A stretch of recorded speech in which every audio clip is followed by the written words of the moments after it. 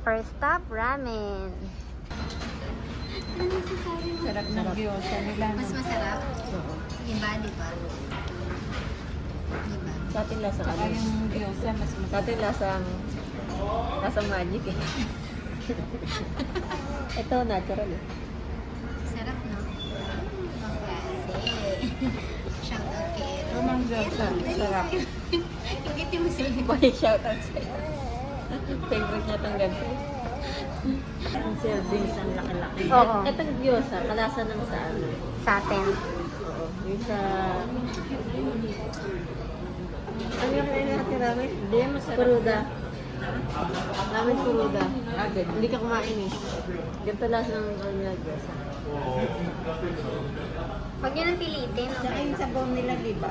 Baka nga para.